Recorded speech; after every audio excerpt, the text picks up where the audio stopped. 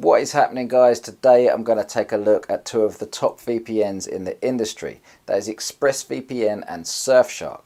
I'm going to take a look at some of the similarities as well as some of the differences and hopefully help you guys to make a decision on which one is right for you.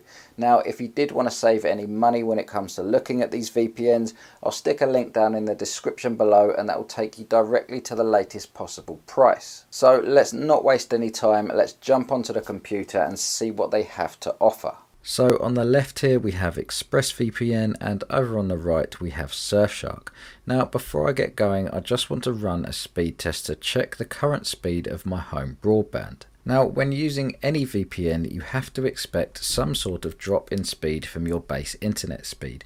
This is completely normal and depending on the VPN this difference can be larger or smaller. And as you can see from that test, my internet speed is currently running at about 20 megabits per second.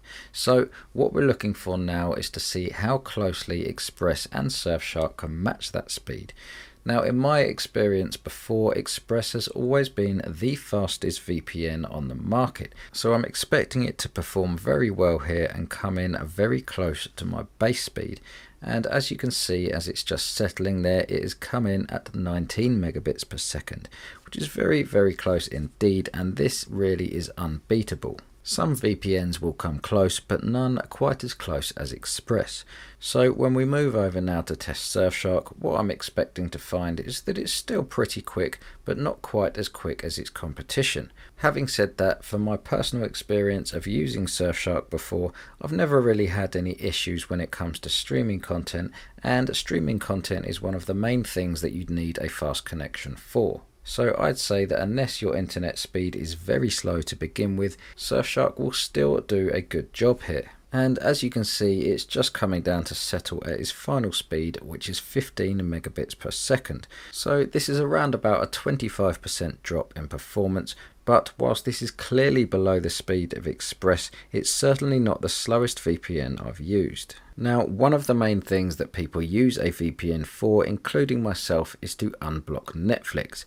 As you can see, if I search for the title Scooby Doo from my home country on Netflix, it does not come up in the list of things that I can watch.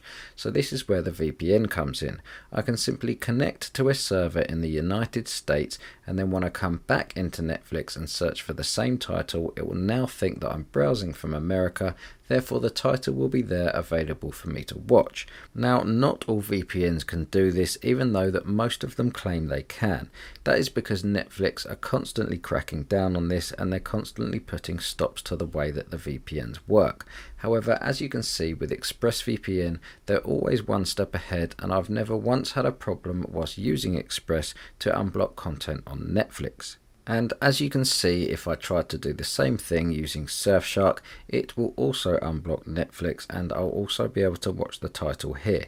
The only difference is that loading times may be slightly slower just because of that difference in speed, but in general you shouldn't have any issues with any buffering, especially if you're only watching in HD. But if you're watching in 4K and you want to be 100% sure that you're not going to have any issues with speed, then Express seems to be the way forward here. Now, I think it's worth noting here that if you do ever run into any problems whilst unblocking Netflix or any streaming service at all, often this can be down to the choice of protocol. Some protocols are better for speed and some are better for security, but if it's not unblocking Netflix, then it can often be a simple case of changing the protocol that you're using in the settings. Now, when it comes to the amount of server locations for these VPNs, Express comes in at over 3,000 different servers, and that spans across 94 countries. And when it comes to Surfshark, there's a similar amount of servers coming in at just over 3,200, but as far as countries go, there's only 65 here.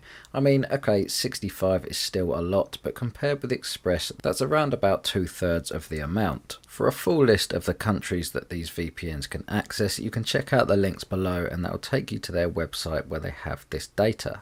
Now, as for the general layout and usability of these VPNs, Express has always been my favourite. It's a nice and simple layout which is very easy to use and navigate. Surfshark, on the other hand, is slightly more complicated with a few more options on the main screen, but for some people this may be a good thing. So with Express here, we have the recommended servers on the left, and then we have a list of all of the locations on the right. If you want, you can select any of these to become a favorite, and then they will always remain in that favorites menu. Similarly, with Surfshark, you have a favorites menu, and then next to that you have a list of every single location. But what Surfshark do have here is a couple of extra options. So static IP.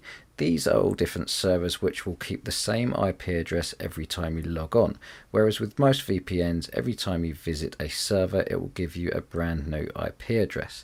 Next to this, we have a list of multi-hop servers, and these add an extra level of encryption to your connection. So what it will do is it will route your connection through one server in one country through to a second server in another country before connecting you to the internet.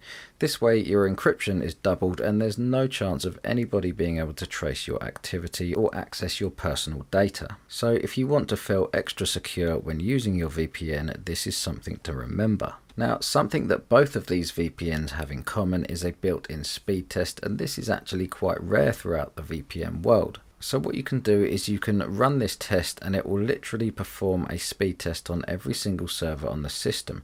That way you can see which will be the quickest performing one for yourself, and when you found the ones you like, you can simply add them to your favorites list.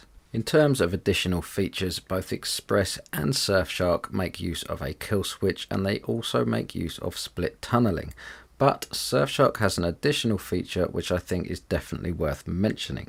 It's called Clean Web, and basically what it does is it blocks ads, trackers and malware. So effectively it's doing some of the main jobs that an antivirus software should do, except it comes built right into your VPN. In my opinion, this alone makes Surfshark worth buying. So there we have it, guys. In a nutshell, ExpressVPN is the faster of the two, and they have more countries that you can connect to.